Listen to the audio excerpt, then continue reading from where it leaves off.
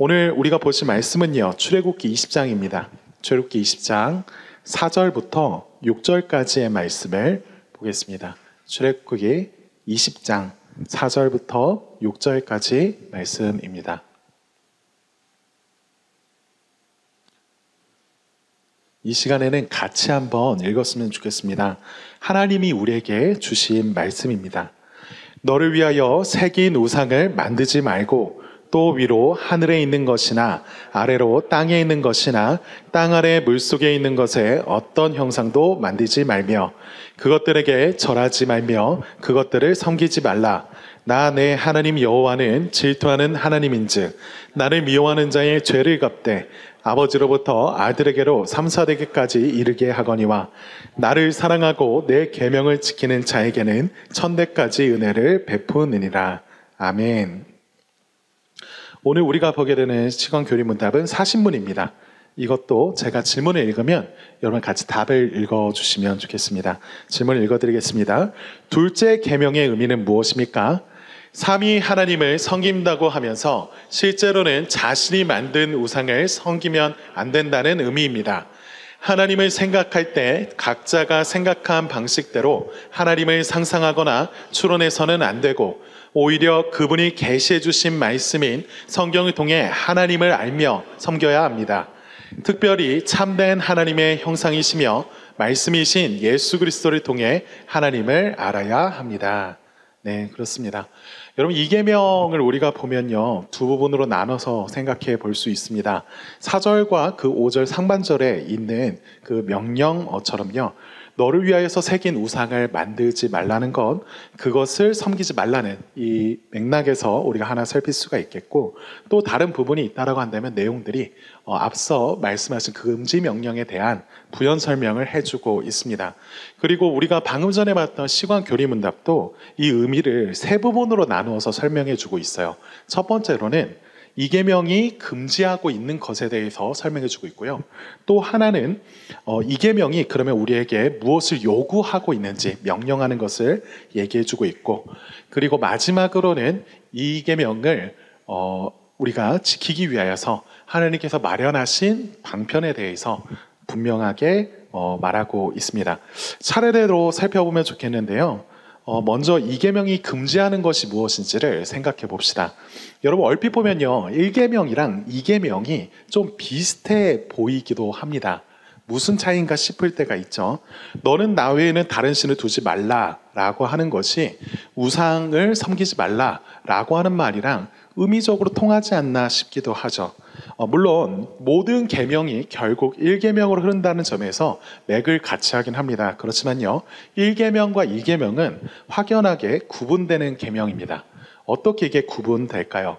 2계명은요, 이집트의 신들이나 바알, 아세라 같은 그런 하나님 말고 다른 신들을 섬기는 것을 금하는 것이 아니고요, 오히려 여호와를, 하나님을 두고서 우상의 형상으로 만들어서 섬기면 안 된다라고 하는 것을 말해주고 있습니다. 설명을 위해서 말씀 하나 찾아보면 좋겠는데요. 출애굽기 32장 말씀을 찾아봅시다. 출애굽기 32장 1절에서 6절까지의 말씀입니다. 길죠? 1절부터 6절까지 말씀인데 우리 번갈아 가면서 한번 읽어볼까요? 제가 읽겠습니다. 백성이 모세가 산에서 내려오미 더딤을 보고 모여 백성이 아론에게 이르러 말하되 일어나라, 우리를 위하여 우리를 인도할 신을 만들라. 이 모세 곧 우리를 애굽 땅에서 인도해낸 사람은 어찌 되었는지 알지 못함이니라. 아론이 그들에게 이르되 너희의 아내와 자녀의 귀에서 금고리를 빼어 내게로 가져오라.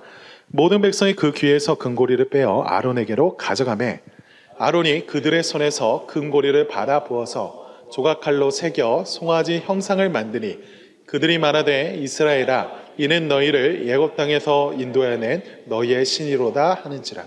아론이 보고 그 앞에 제단을 쌓고 이에 아론이 공포하여 이르되 내일은 여호와의 절일이니라 하니 이튿날에 그들이 일찍 일어나 번제를 드리며 화목제를 드리고 백성이 앉아서 먹고 마시며 일어나서 뛰놀더라.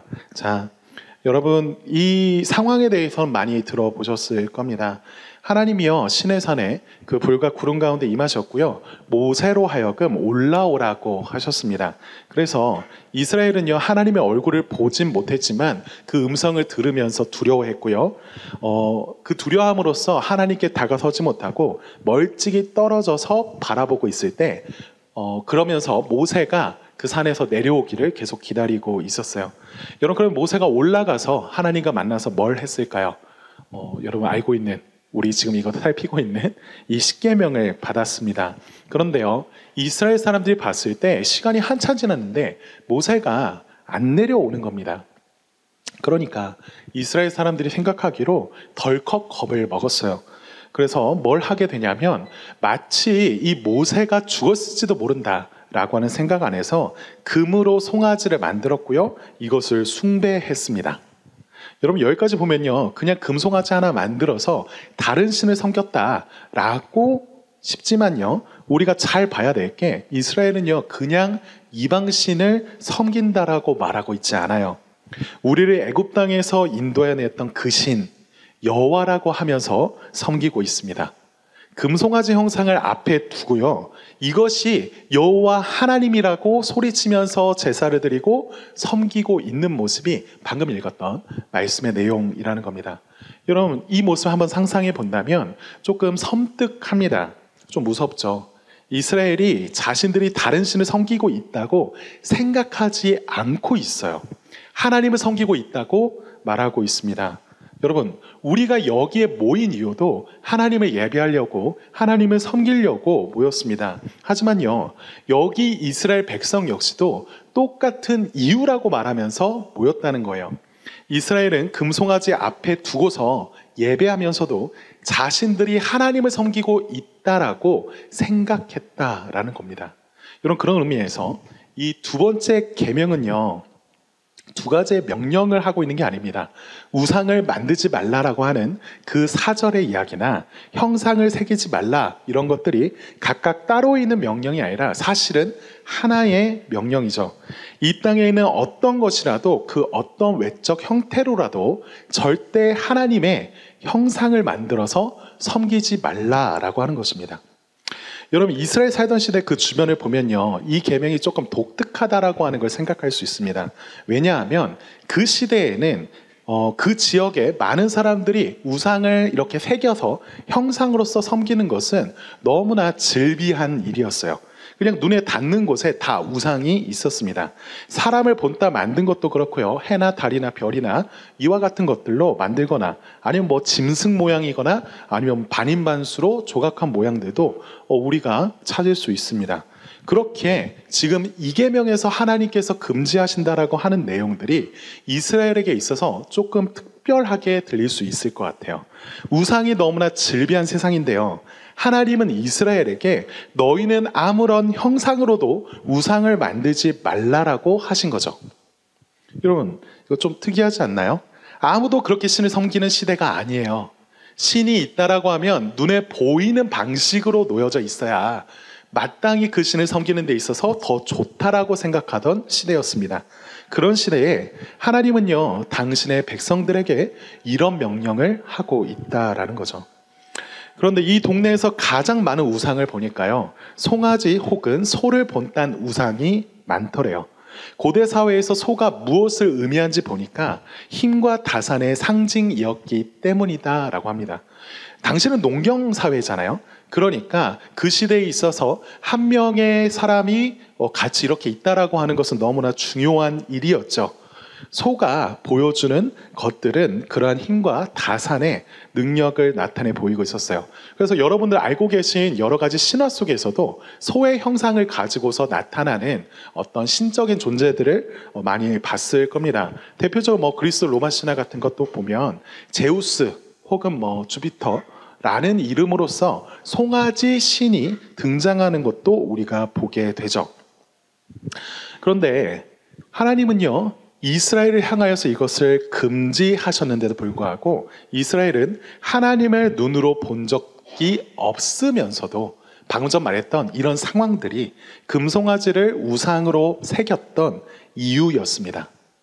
다시 말씀드릴게요. 이스라엘은 왜 하나님은 눈으로 본 적도 없는데 금송아지로 우상을 만들어 놓고 하나님이라고 말하면서 섬겼느냐? 그것은요, 자신이 알고 있는, 자신이 바라는, 자신이 원하는 어떠한 능력을 그 형상을 통하여서 바로 앞에서 보고 그것을 누리길 원했기 때문입니다. 다시 말하면 자기 자신을 위해서라는 거예요.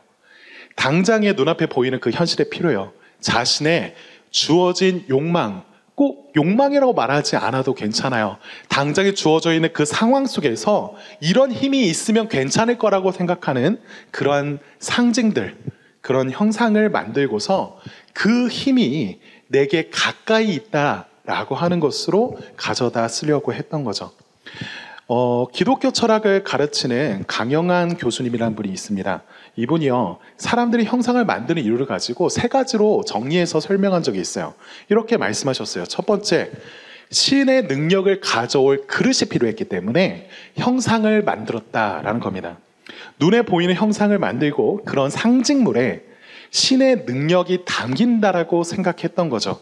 그러면요, 금송아지를 만든 이스라엘은 금송아지 자체가 하나님이라고 여겼던 거, 이것은 사실 엄밀히 말하면 하나님을 진짜 예배한 모습이 아니죠. 그렇지만 그 하나님의 어떤 능력이 이렇게 말씀드릴게요. 그 금송아지 자체가 하나님이라고 철석같이 믿으면서 대한 건 아닐 거예요. 그들도 그게 하나님 그 자체이다라고 생각하지 않았을 겁니다. 하나님은 저 하늘 위에 계신 분이시죠. 그렇지만 자기 자신들에게 지금 이 순간에는 하나님의 어떤 능력이 필요하다라고 하는 것, 하나님을 상징하는 어떤 형상을 만들어 두고서 그것을 예배하면서 그 능력을 마음대로 사용하려고 했던 결과가 이런 모습이다라는 거죠. 두 번째로 강현 교수님은요, 왜 사람들이 형상을 만들었냐? 신의 능력이 필요한데 이게 멀리 있으면 안전하지 못하다라는 거예요. 사람들은 신의 능력이 필요할 때마다 가까이에서 두고 그것을 자신이 원할 때에 닿을 수 있어야 된다라고 생각했습니다. 필요할 때 그 능력이 있어야 하는데 그 신이 당장 눈앞에 안 보이고 멀리 있으면 여러분 당장 생각해봐도 걱정되잖아요. 불안합니다. 그러니까 마을 안에, 집 안에, 혹은 몸에, 혹은 부적으로 가지고 다닐 수 있어야만 했다라는 거예요. 자신이 필요할 때 도움을 받으려고 형상을 만들었다. 이게 두 번째 이유로 설명해 주고 있습니다. 세 번째는 이렇게 말하더라고요. 위와 같은 맥락에서 자신들 마음대로 신과 그 능력을 다루기 위해서 형상이 필요했다라는 거예요. 이게 뭔 말인가 싶죠? 무슨 말이냐면 보여야만, 그 능력을 상징하는 것을 과대하게 나타내고 형상화해야만 그것이 자신이 원하는 바를 더 잘 들어줄 거라고 생각을 했습니다. 말하자면 여러분, 잘 들어줘야 되니까 귀를 크게 만들어요. 잘 도와줬으면 하니까 손을 크게 만듭니다. 여러분, 그 비너스 상에 대해서 여러 가지 조각들이 있는 걸 여러분 본 적이 있을 텐데 그런 비너스 상들이 되게 각각 되게 다른 모양이죠. 그 각각의 지역이나 그 사람들이 바라고 원했던 어떤 능력들이 거기 안에 많이 강조되어서 형상화된 모습을 봅니다. 이게 세 번째 이유예요. 여러분, 정리해보면요, 인간이 왜 형상을 만들어 섬기느냐? 자기를 위한 거라는 겁니다. 잘 먹고 잘 살기 위해서 신을 통제하고 조종하려고 하는 그 결과가 형상을 만들었습니다. 실상 인간은요, 우상을 만들고 섬기는 것이 아니라 거래를 하고 있는 거예요. 이게 나를 위해서 새긴 우상을 만들면 안 된다라는 부분을 설명해 주는 내용입니다. 여러분, 다시 한번 이스라엘을 생각해 보십시오. 금송아지 우상을 만든 이스라엘이 원했던 것은요, 하나님 그 자체가 아니었습니다.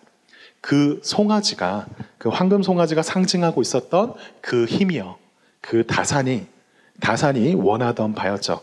그래서 그런 힘을 가지고 있는 송아지 형상을 만들고 하나님이라고 말했던 거죠. 여러분, 이게 그냥 먼 옛날에 뭔가를 잘 모르던 사람들이 그 우상이 즐비했던 시대에 맞게끔 보여진 문화 아니냐라고 생각할 수도 있어요. 그런데 정작 우리는 어떤가 좀 생각해 볼 필요가 있습니다. 우리는요, 그런 미개한 사회 문화 아니니까 이 두 번째 계명은 우리에게 별 상관이 없다고 생각할 수 있지만요, 정말 그럴까요? 여러분, 우리가요, 하나님을 생각하면서 다만 나를 위하여서 그분을 형상화하고 있지는 않은지 생각해 보십시오. 여러분, 우리가 금송아지를 떠올리진 않았지만 그분이 내가 원하는 방식으로 원하는 때에 원하는 힘으로써 나를 성공하게 하고 나를 부유하게 하는 분이시다 라고 생각했다면요, 반대로 그분이 율법을 주어서 사사건건 판단하고 상과 벌을 주실 때마다 나를 꽉 올가매고 쥐는 분이시다 라고 생각했다면요, 혹은 밑도 끝도 없이 나를 용서하며 위로하기로 내가 뭘 하든지 다 받아주는 분이다 라고만 생각하고 있었다면요.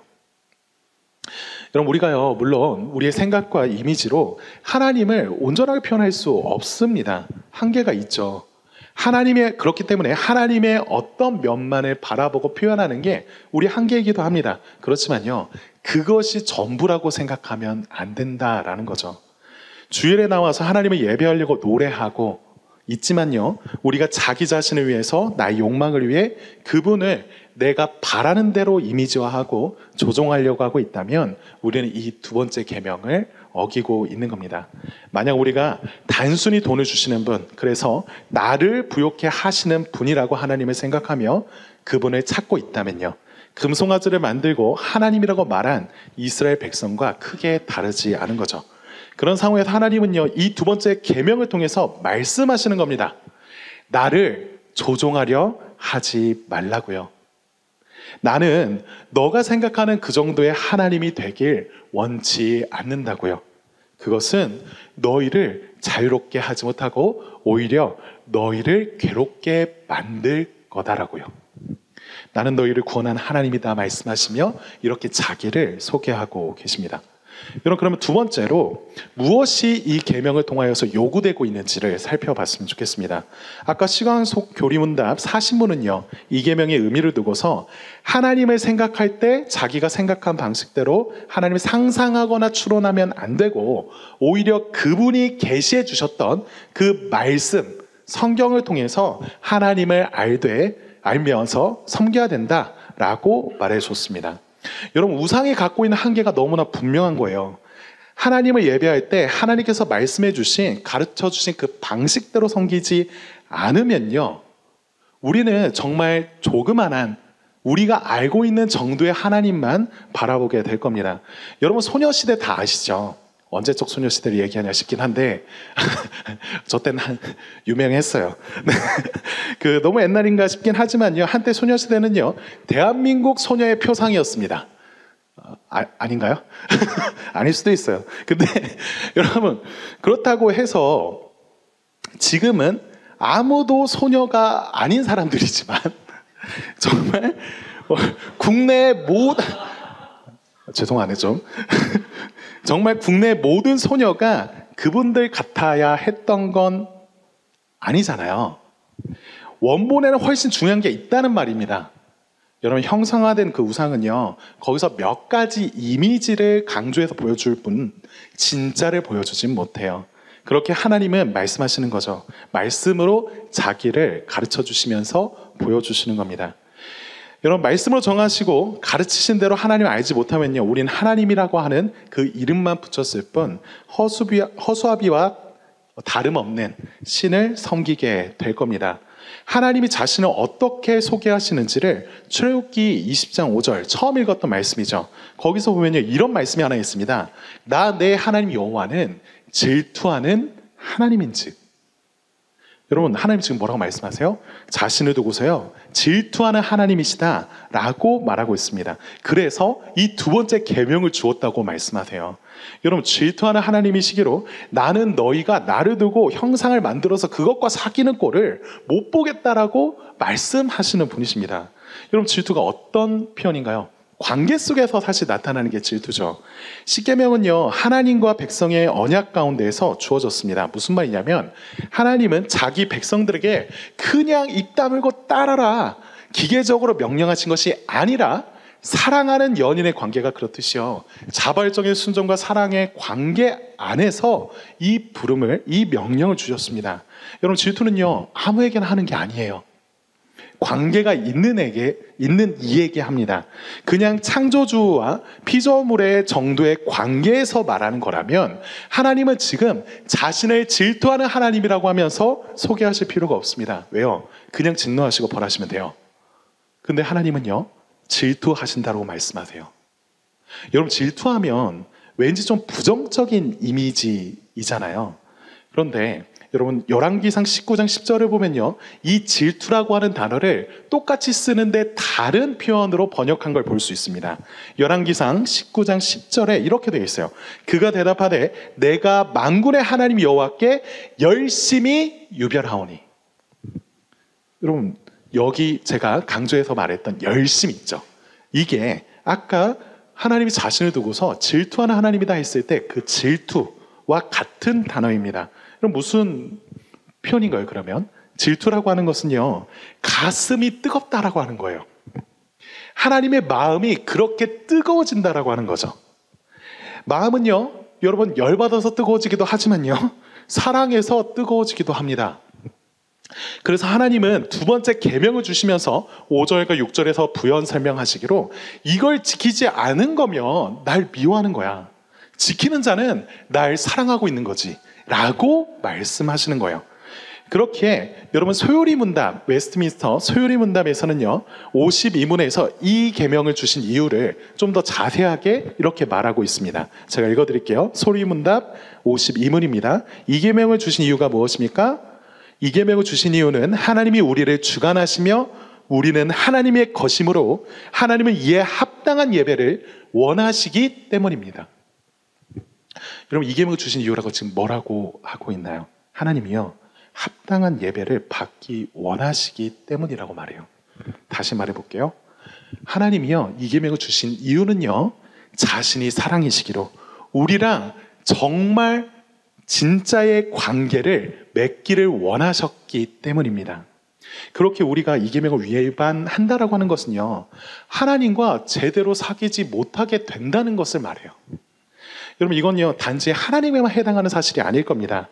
만일 우리 자신을 두고서 누군가가 자기 입맛에 맞게 통제하려고 하면서 자기의 이상향을 자꾸 투영하는 사람을 만났다고 해보세요.